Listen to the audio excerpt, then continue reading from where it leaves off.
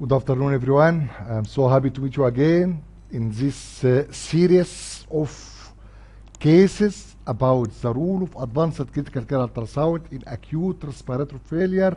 Let us see case 1.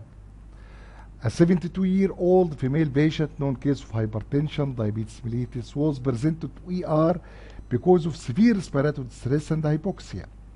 She was connected to mechanical ventilation, X-ray, and CT.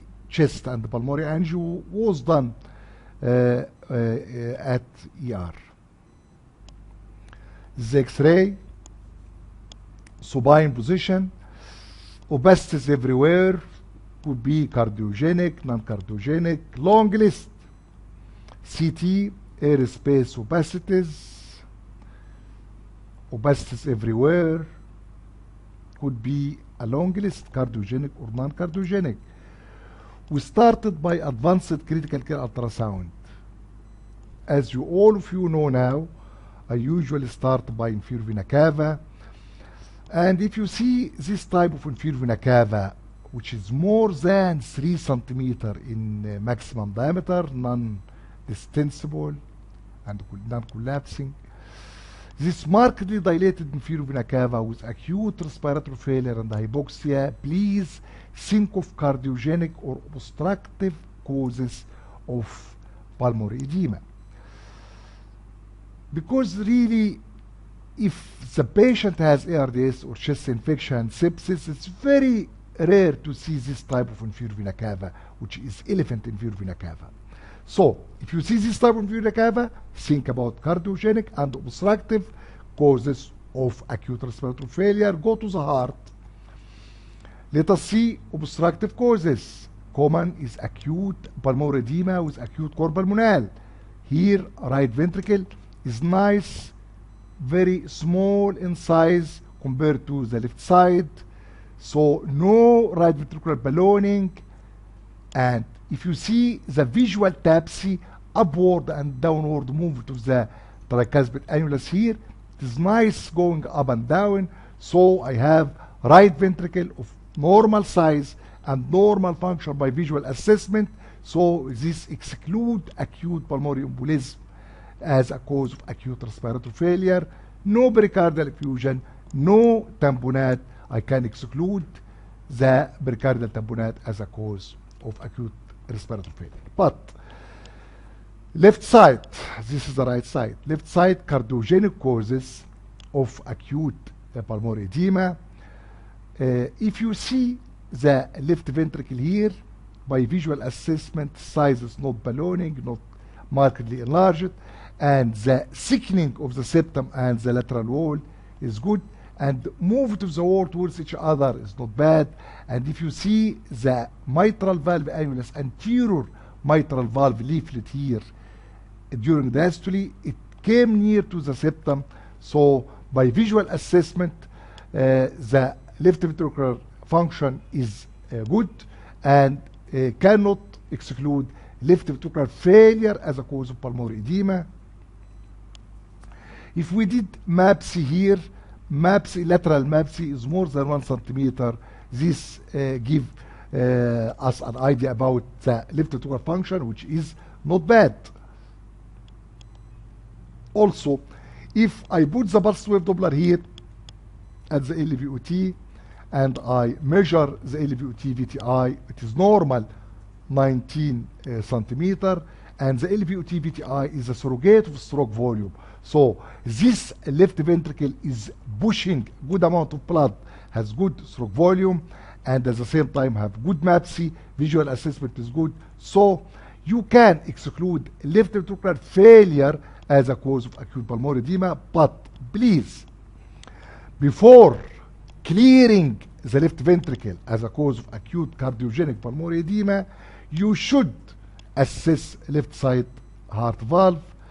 If you put the continuous wave Doppler here at the aortic valve and you trace the aortic valve VTI and measure the aortic valve peak velocity, if less than 300 centimeter per second, in this case 170, that means it's not even moderate aortic stenosis, And if the mean gradient is less than 30 millimeter mercury, that means it's less than moderate aortic stenosis. So you can exclude aortic stenosis as a cause of cardiogenic pulmonary edema. And as you see here in diastole, no regurg in diastole, so I can exclude aortic valve disease as a cause of acute cardiogenic pulmonary edema. What about mitral valve? Firing the color here in the mitral valve, you will see the moderately severe mitral regurg. You see almost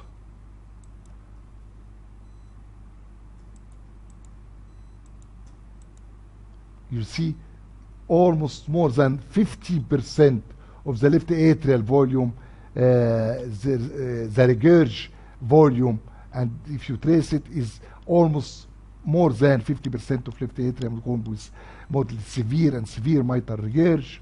And this can explain the acute cardiogenic pulmonary edema. So, I have now the anatomy for cardiogenic pulmonary edema, anatomical cause, which is the severe mitral regurg and inferior vena cava, which is markedly dilated. But I need to go to physiology. This severe mitral regurg is causing increased left atrial pressure or not. This is very important. Physiological effect of this anatomical lesion. In this severe mitral regurg, I cannot rely on the usual diastolic functional parameter like E over E prime. In this case, E over septal E prime is more than 20, which is one positive point, and I cannot rely on the left atrial volume, which is high here, and another positive point, because in presence of moderately severe and severe mitral regurg, the left atrium will be full in systole because of regurg volume, and once the mitral valve open, there will be a gush of blood from left atrium to left ventricle, and this lead to high velocity of passive filling of the left ventricle, and the high velocity here of the E wave, and lead to more high E over E prime. And moderately severe and severe mitral regurg per se can cause left atrial dilatation. So, in presence of moderately severe and severe mitral regurg, you cannot rely on the usual diastolic function parameter like E over E prime and left atrial volume in diagnosis left ventricular dysfunction, diastolic dysfunction. But how can you assess the left atrial pressure in case of moderately severe and severe mitral regurg? Very easy. You will put the continuous wave Doppler here in the mitral valve, and you will trace the mitral valve regurg VTI. You see here, this is the mitral valve regurg VTI, very dense mitral valve regurgent flow. You will trace it, and the machine will measure from this trace, will measure what's called mitral valve peak pressure gradient, which is 115 here. You will subtract this peak pressure gradient from the systolic blood pressure of the patient.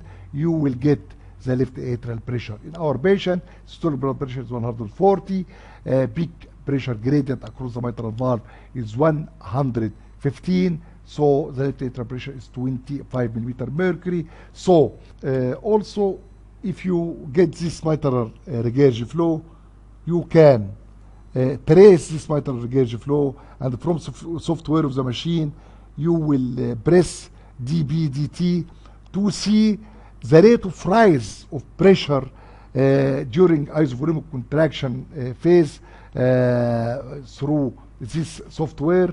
As you see here, the rate of rise of pressure here is 1185 millimeter mercury per second, which is less than normal. Normal should be above 1200 millimeter mercury per second. So This is a borderline value. The rate of rise of pressure in the left ventricle is not normal. It is mildly decreased, and from this value you can know that left ventricle is not normal. There is mild decrease in left ventricular function and by decrease dB and dt. So I have anatomical lesion which is the moderately severe mitral regurg, and I already assessed the physiological consequence of this anatomical abnormality, which is increased left atrial pressure. After that, I need to go to the target organ to look for the edema of the lung, and I saw here a lot of P-line with smooth pleura, going with cardiogenic pulmonary edema, smooth pleura, P-line. I didn't find any consolidation or subpleural consolidation going with infection, so it is straightforward moderately severe mitral regurg with mild left ventricular dysfunction and increased left atrial pressure. As you see, moderately severe mitral regurg with increased left atrial pressure and cardiogenic pulmonary edema. Once I get the proper diagnosis, I can treat very easy, proper diuresis, and follow up your patient.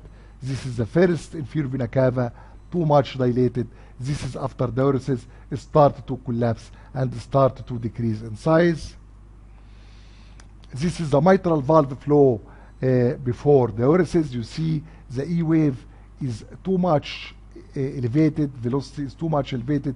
Here you can around 100 or more than 100, but after diuresis there is decrease in left atrial pressure. So with opening of mitral valve in early diastole, the gush of blood to the left ventricle will decrease and the E wave velocity will decrease, dropped here to almost below 6 centimeters per second. Is going with proper management. Even you can see with proper diuresis the decrease in left atrial volume with follow-up. If you see the lung, the P line will disappear and you will see proper A line. But it's very important to follow the LVOT-VTI because you need to remove the fluids from the interstitium. You need to decrease the pulmonary edema, but at the same time you don't need to lead to intravascular hypovolemia and decrease stroke volume and decrease perfusion of vital organ. In our patient, despite proper diuresis and improvement of hypoxia, but the LVOT-VTI remains the same, 19.1, and this is very important in your management. The X-ray, this is the last X-ray, right lung almost cleared compared to the right side. Patient was extubated, discharged from ICU. Thank you for watching. So, the take-home message from this case, if you see markedly distended inferior vena cava, especially if more than 2.5 centimeter or 3 centimeter, think about obstructive or cardiogenic cause of acute respiratory failure, and look for right ventricle. If it's normal size and function, this exclude acute cor pulmonale and acute pulmonary embolism. Look for the pericardium. If no pericardial effusion, this exclude pericardial tamponade, and go to the left side of the heart. If you have left ventricular failure, can explain the cardiogenic pulmonary edema. But if you have normal left ventricular function, please fire the color on the left side heart valve to diagnose aortic valve lesion or mitral valve lesion. And once you diagnose significant left side heart valve lesion, look for the left atrial pressure. If it's high, go to the lung, look for the P line, and also exclude the remaining cause of obstructive cardiogenic pulmonary edema like tension pneumothorax. If you see P line, this will give you the full meal: anatomy, anatomical lesion, physiological consequence which is increased left atrial pressure, and the target organ which is the lung, P line, and smooth pleura. Give proper diuresis and follow your patient. You need to decrease the interstitial, the left atrial pressure and right atrial pressure, and decrease the lung water, but at the same time you need to keep and preserve LVOT VTI. This is the best way to treat your patient, and thank you a lot. See you in another case. Bye bye.